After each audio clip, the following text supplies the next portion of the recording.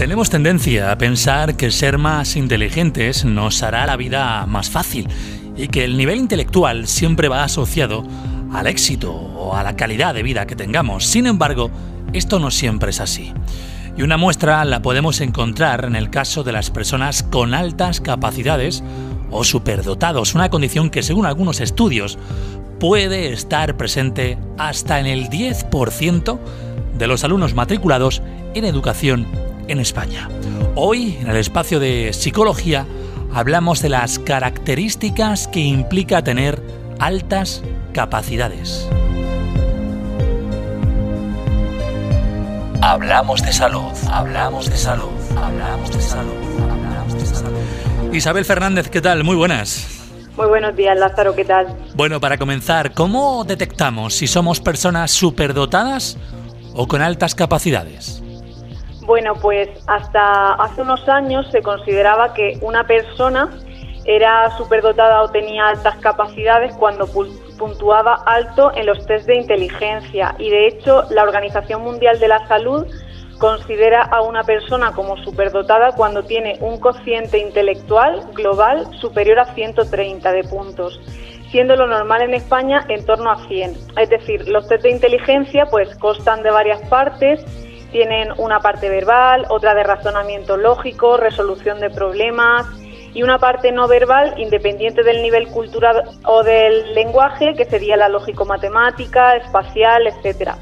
Entonces, la Organización Mundial de la Salud considera altas capacidades cuando nuestra media en todas esas áreas supera un 130.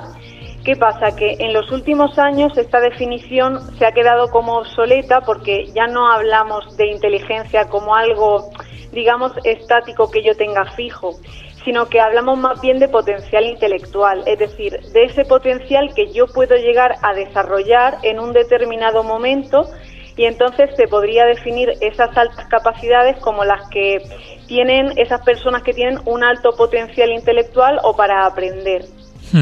Oye, ¿con potencial te refieres a que no quiere decir que esa persona superdotada sepa mucho o tenga mucho conocimiento, sino que tiene la capacidad para adquirirlo, ¿no?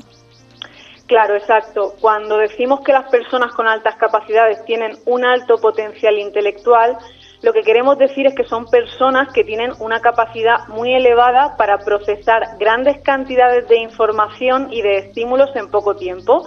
Por lo tanto, tienen una capacidad potencial para aprender mucho rápidamente. Claro, al decir esto, la gente puede pensar, pues qué suerte, ¿no?, esta capacidad, porque, por ejemplo, a nivel académico puede ser una persona que aprenda más fácil que el resto. Pero es que no es tan bonito como podemos pensar así a simple vista, porque no es que aprendan rápido solo los conceptos o la información académica, es que son personas que procesan más información y más estímulos en todo su mundo. Entonces, una cosa es la información que yo pueda percibir y procesar, y otra la que puedo gestionar correctamente para que luego me sirva para vivir adaptada a este mundo y para lograr mis objetivos en la vida. Es decir, yo puedo tener mucha capacidad para procesar información, pero si luego no sé qué hacer con esa información o no sé cómo gestionarla, no me va a servir para nada, y además es como que me desborda, como que me aturde. Y también es que cuando hablamos de altas capacidades no hablamos solo de alta capacidad para procesar conocimiento objetivo, sino que son personas que a nivel emocional, al procesar más información, pues también tienen como más emociones, un mundo emocional más rico, son más sensibles. Y ves que a lo mejor un niño de parvulitos pequeño es capaz de darse cuenta de algo que a lo mejor un adolescente con una inteligencia media no se daría cuenta. Pero como he dicho, claro, eso no quiere decir que pueda gestionarlo, y a veces esa capacidad se vuelve en su contra y termina por hacerle mucho daño y por generarle mucha dificultad. De hecho, los padres muchas veces cuando empiezan a darse cuenta de esas altas capacidades de su hijo, pues muchas veces desearían que fueran más bien de una inteligencia ordinaria para no sufrir tanto. ¿Y qué otras cualidades podríamos observar para saber si una persona tiene alta capacidad o es superdotado? Pues se pueden ver cualidades en varias esferas. Por ejemplo, a nivel cognitivo o de pensamiento, desde que son niños cuentan con una capacidad muy grande de resolver problemas lógicos o matemáticos, incluso por encima de su edad. Por ejemplo, pueden ser niños que aprenden a hacer ecuaciones de segundo grado ya en primaria, cuando esto es algo propio de secundaria. Luego también son capaces de retener mucha información, muchos conceptos en la memoria muy rápido, pueden tener un razonamiento y un vocabulario muy elaborado para su edad, son muy precoces a la hora de hablar, incluso con 10 meses o un año ya te sueltan frases de niños más mayores, e incluso con 5 o 6 años pueden mantener una conversación de manera que parece que estamos hablando con un adulto dentro de un cuerpo pequeño. Luego también son niños muy observadores, se dan cuenta de detalles que otros no ven, o sea que son como esponjas de observar situaciones y analizarlas. Por poneros un ejemplo, la madre de un niño con altas capacidades, conocida mía, hace un par de meses me dijo que le había pegado un grito al niño un día que no se quería sentar a hacer sus fichas, a un niño de 5 años, en la típica pérdida de nervios, ¿no? Y el niño sentado le dijo: mira, mamá, si hubieras respirado hondo y te lo hubieras pensado un poco, no me habrías gritado y ahora no estaríamos tan nerviosos. O sea, estamos hablando de este nivel de razonamiento en un niño de 5 años. Y luego son niños que además se cuestionan todas las normas, las razonan, con ellos no vale el porque yo lo digo ni el porque sí.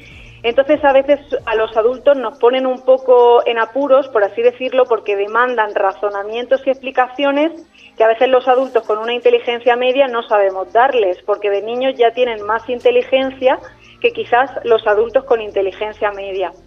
Luego también pues son niños muy curiosos, tienen como un hambre muy grande por saber la explicación de muchas cosas, además son niños muy apasionados con lo que les gusta, pero también por otra parte es que si los obligas a lo que no les gusta pierden totalmente la motivación y pueden incluso llegar a deprimirse. Bueno, también son niños muy perfeccionistas hasta el punto en que si anticipan que algo no les va a salir bien, pues lo dejan automáticamente, y también suele llevar muy mal el verse frente a sus propios errores. Pero luego también, como he dicho, en las tareas que les gustan mucho es como que les gusta de manera muy al extremo, muy intensa, y que además es como que muestran una energía muy gigantesca dedicándose a eso, como muy apasionados, lo que he dicho. ¿Y todas estas características pueden llevarles a desarrollar problemas psicológicos o en la adaptación a la escuela? Es decir, ¿pueden hacer que se conviertan un poco en los apartados de la clase? Claro, es que esto es lo que hablábamos un poco al principio. Puede parecer que por tener mucha capacidad de aprendizaje vamos a tener más éxito en la vida, pero realmente no es así. De hecho, sabemos que la inteligencia al final es la capacidad de adaptación de la persona a su entorno, la flexibilidad para que yo pueda adaptarme a situaciones de la vida que me va presentando, ¿no? Y para ello, más que tener la capacidad de retener mucha información del entorno, lo que tengo que tener es capacidad de gestionar las emociones derivadas de lo que me pasa. Por ejemplo, en altas capacidades, una cosa que se ve y que suele estar detrás del fracaso escolar, que muchas veces tienen, es que hay dificultades para esforzarse. Como el niño aprende tan rápido y sin esfuerzo, no aprende a asociar los resultados que uno obtiene a ese esfuerzo. Entonces, cuando sube la dificultad de la tarea, no saben seguir perseverando y esforzarse para conseguirla y lo abandonan. Lo mismo ocurre con la tolerancia a la frustración. Como normalmente los niños con altas capacidades obtienen los resultados fácil, cuando algo no les sale se frustran y entonces lo dejan. Entonces, por eso decimos que puede que tengan una alta inteligencia a nivel global, pero si desde pequeños no se les entrena esa inteligencia emocional, que debe ir de la mano para identificar emociones y aprender a gestionarlas, pues todo ese potencial al final les acaba desbordando.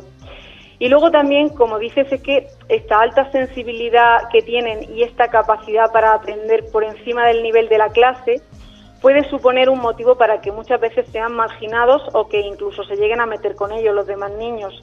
Claro, estamos hablando de niños que por una parte son muy sensibles emocionalmente y se dan cuenta de matices de los demás, por ejemplo, del rechazo, de la no aceptación, de que no son integrados, etcétera. Todas esas emociones son un mundo que es como que se les cae encima. Y luego es que son diferentes, igual que en los adultos podemos creer que, igual que los adultos podemos creer que ser superdotado es una ventaja, en los niños también puede suscitar así desde el desconocimiento un motivo de envidia y una excusa para rechazar a este que tiene las altas capacidades. De hecho, muchas veces lo que pasa es que ellos mismos, con el fin de no destacar y de no sentirse excluidos y de ser uno más de la clase, lo que hacen es que suspenden a propósito en niveles que a lo mejor a ellos les resultaría muy fácil sacar adelante. O también pueden convertirse en el graciosete de la clase, como para ser aceptado, para llamar la atención. Y todo esto, pues ya os podéis imaginar los trastornos de ansiedad, las somatizaciones, el insomnio, depresiones, problemas de autoestima y todos los problemas psicológicos que puede llevar acarreado y derivado de eso. Por cierto, Isabel, con estas dificultades que mencionas que puede conllevar el tener esas altas capacidades, ¿es bueno diagnosticarlo cuando el niño es tan pequeño? ¿Esa etiqueta no supone más bien quizás un daño? Pues visto así, a priori, podemos pensar que esta etiqueta, más que beneficiarles, los puede dañar por el tema de marcarlos como diferentes. Pero luego la realidad es que tener altas capacidades no es algo que vayamos a poder esconder por el hecho de que el niño no sea diagnosticado, porque es algo que va a saltar a la vista en diferentes áreas. Entonces lo que se recomienda es que se evalúe al niño cuando empiezan a haber sospechas con el fin de identificar ese potencial que tienen y que pueda explotarse y aprovecharse. Es decir, como hemos dicho, son niños que cuando algo les gusta mucho, se motivan mucho y están como muy metidos en eso. Pero cuando los orientamos a aquello no los orientamos, mejor dicho, a algo que les interese, lo que hacen es que se pierden. Porque es como que puedo procesar mucha información y tengo mucha energía, pero al no orientarla a nada, me pierdo. Y aquí es donde entran a meterse en problemas, a fracasar escolarmente, a ser el gracioso de la clase, incluso luego en la adolescencia a consumir drogas, a buscar sensaciones para anestesiar esa forma que tienen tan intensa de percibir el mundo.